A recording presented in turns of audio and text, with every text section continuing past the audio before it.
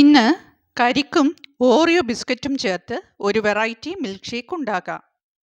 ഒരു ചെറിയ packet Oreo ബിസ്ക്കറ്റാണ് എടുത്തിരിക്കുന്നത്.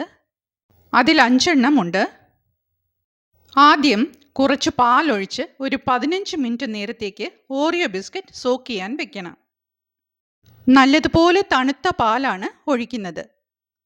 ബിസ്ക്കറ്റ് സോക്ക് ചെയ്ത് വെക്കുവാണെങ്കിൽ ഈസിയായി ബ്ലെൻഡ് ചെയ്തെടുക്കാൻ കഴിയും.